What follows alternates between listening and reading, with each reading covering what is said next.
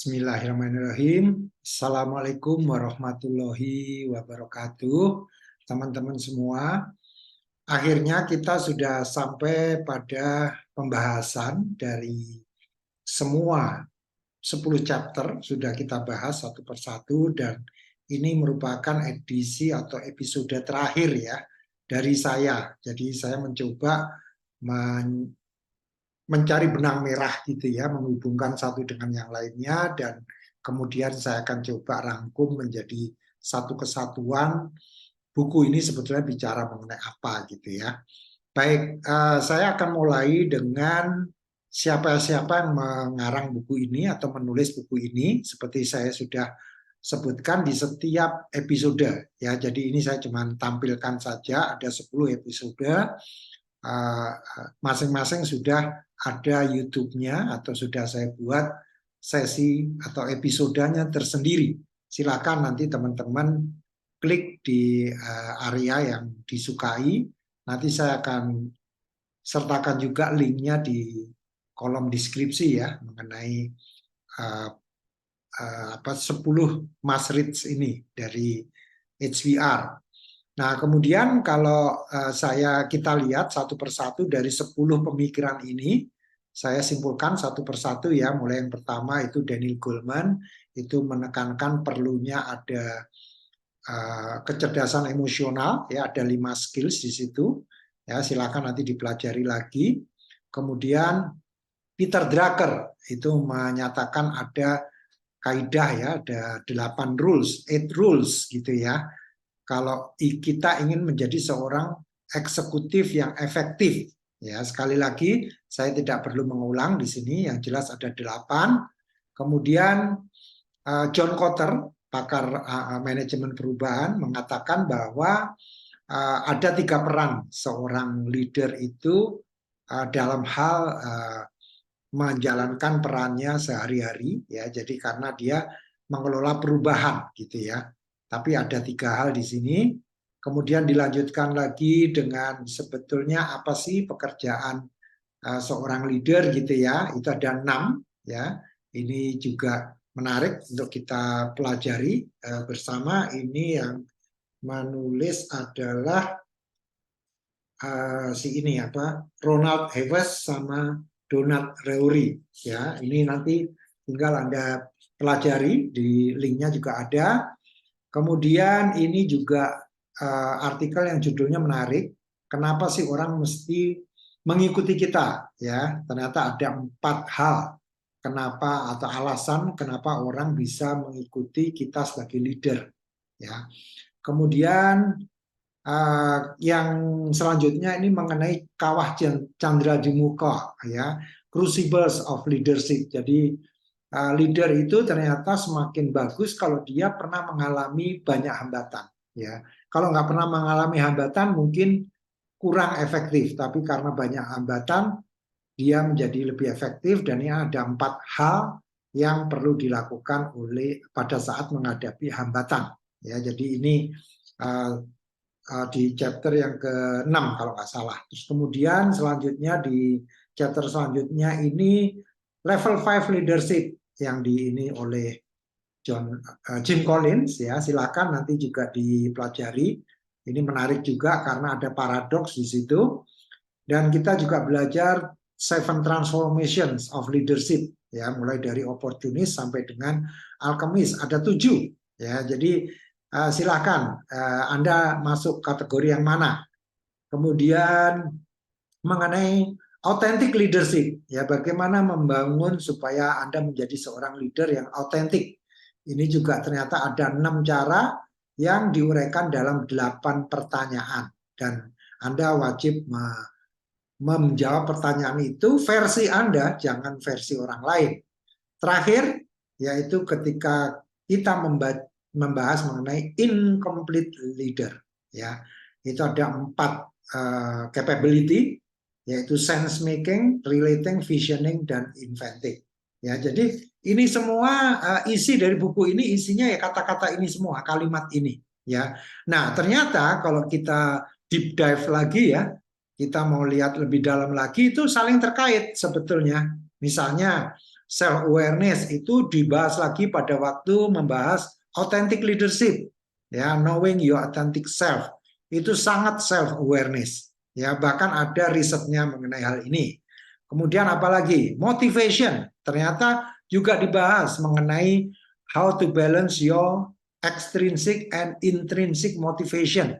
Ya, jadi motivation itu penting sekali. Jadi kalau diremas-remas lagi, sebetulnya motivasi ini memang tugasnya seorang leader juga gitu. Empati, ya, ternyata empati juga ada di sini. Baik yang dikatakan Daniel Goleman maupun yang dikatakan ketika ini orang kenapa mengikuti Anda, karena Anda memberikan tough empati. Ya, kemudian apalagi di sini? Give the work back to employees. Ya, itu ternyata terkait dengan apa? Empowering people to lead. Ya, bagaimana kita merasakan bahwa pada saat kita diberi oleh atasan kita tugas, jangan mengeluh dulu, karena dia sebetulnya pengen memberdayakan kita untuk menjadi seorang pemimpin yang handal. Apalagi di sini mengenai motivation lagi, ya, karena ternyata katanya John Kotter itu leadership itu provides motivation. Sementara di dalam ini juga ada balancing your extrinsic sama intrinsic motivation dan seterusnya. Jadi kalau saya lanjutkan, ini akhirnya di dalam satu slide ini isinya semua cacing-cacing warna merah ini, ya. Ya, ini hanya contoh aja. Silakan nanti Anda pikirkan yang mana terkait yang mana dan seterusnya. Nah, terakhir saya ingin mencoba mengkaitkan dengan apa atau video yang pernah saya upload di channel saya ini, yaitu terkait leadership 1, 2, 3, ya, kepemimpinan 1, 2, 3. Ya, maksudnya apa?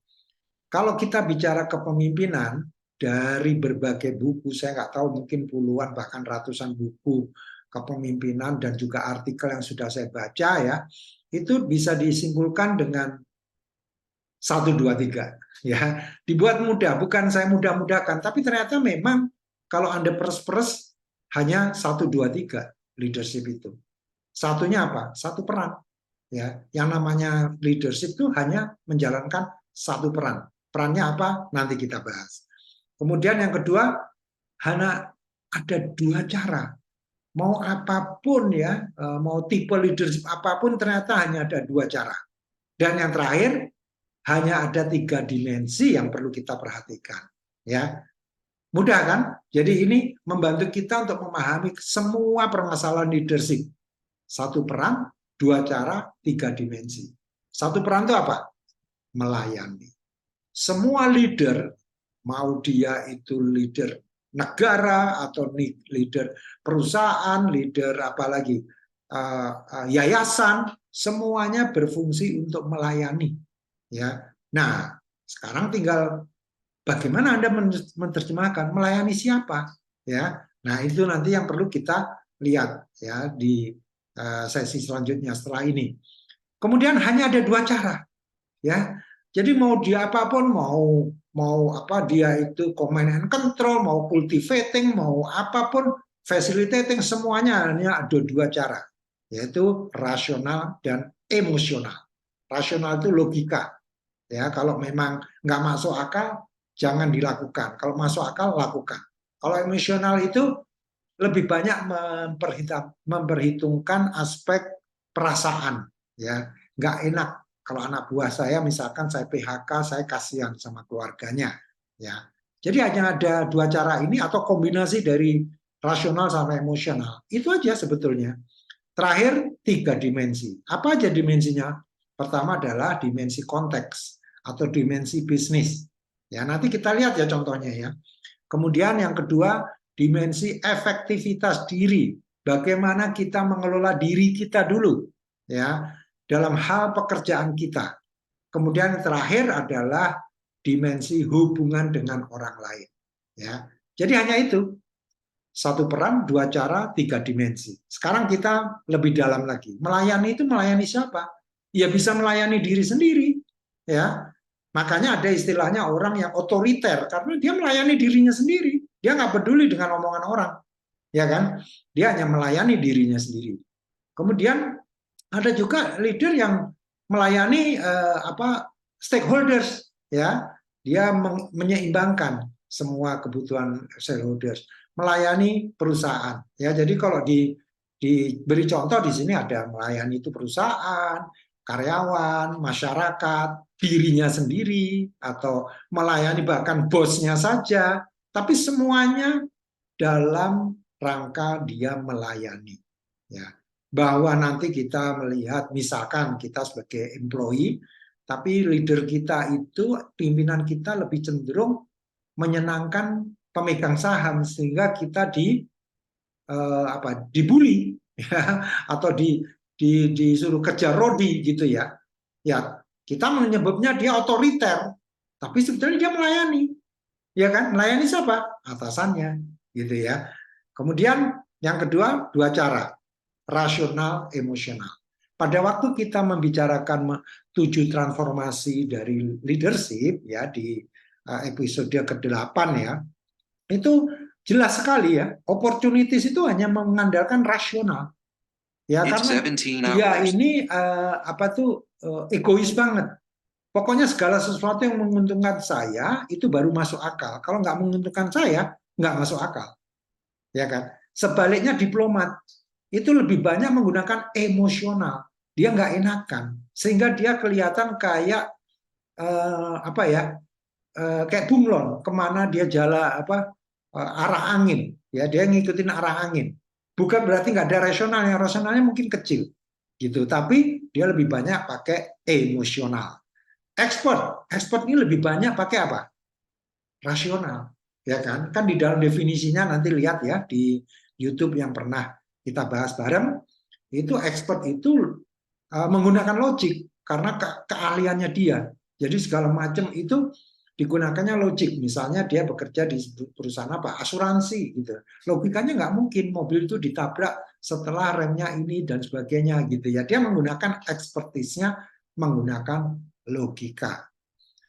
Yang keempat, achiever itu gabungan rasional sama emosional walaupun lebih banyak rasionalnya karena dia berorientasi pada numbers ya, jadi delivering numbers, target ya. Bahkan mungkin emosionalnya kecil sekali.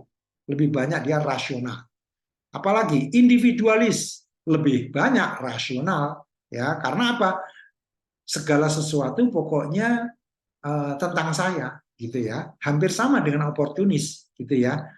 Harus saya yang diuntungkan. Untungnya buat saya apa? Gitu ya. Kemudian yang keenam, strategis. Ya, kalau ini sudah mulai masuk rasional sama emosional karena kalau Anda lihat di definisinya strategis ini nggak ada kelemahannya. Artinya dia pandai untuk menyeimbangkan antara rasional dan emosional. Kebutuhan bisnis dan kebutuhan emosi dari karyawan itu seperti apa, dia bisa meramu dengan baik. Jadi memang seolah-olah strategis ini bagus ya. Kemudian ada yang lebih bagus sebetulnya, alkemis ya. Alkemis ini yang melakukan social change, perubahan pada masyarakat ya.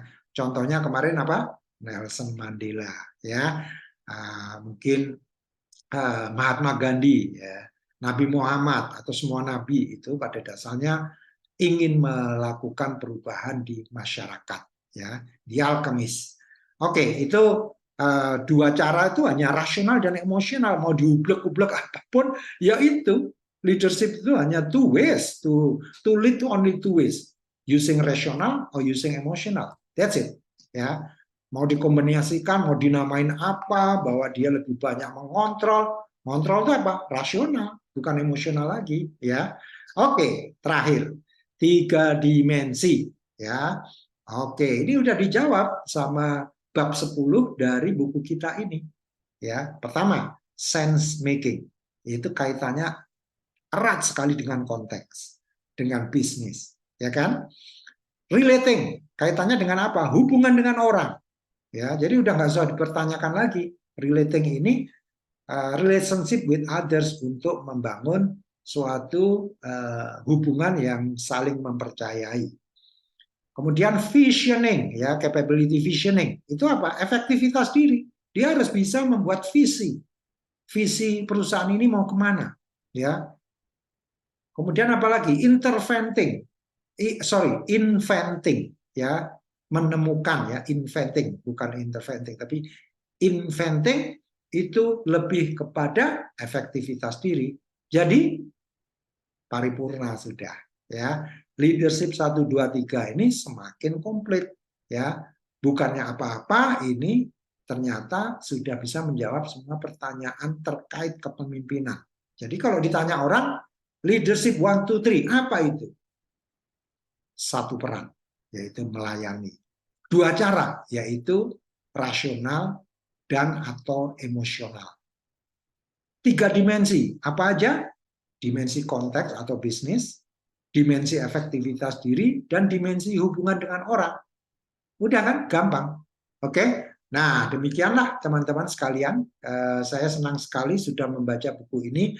Pada saat membaca buku ini, terus terang saya tidak terpikir untuk menyimpulkan atau merangkum menjadi leadership 1 2 3. Dan saya ingat ternyata saya sudah punya videonya khusus mengenai leadership 1 2 3. Kalau mau lebih jauh lagi, ikuti aja nanti training yang saya selenggarakan terkait leadership 1 2 3 dan lengkap dengan contoh-contohnya.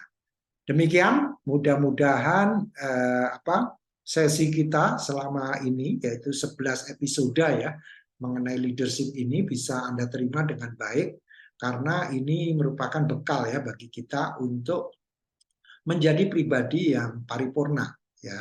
Kalau istilah kerennya di sini integrated, are you integrated, ya.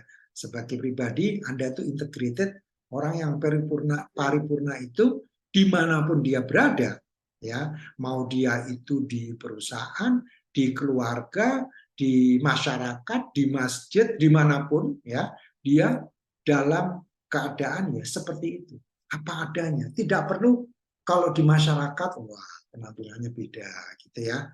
Kemudian kalau di pekerjaan, wah, lebih jaim lagi, gitu ya, biar anak buah pada takut, gitu. Enggak, justru seorang yang incomplete leader, ya, saya meminjam kata-kata itu harus justru dia menampilkan apa adanya, ya, otentik, ya, being an authentic leader. Demikian, mudah-mudahan bermanfaat. Sampai jumpa di channel selanjutnya. Kalau nggak puas, masukkan ke dalam komen, ya, nanti kita atur, kita bikin workshop khusus mengenai leadership. Ya. Baik, terima kasih. Wassalamualaikum warahmatullahi wabarakatuh.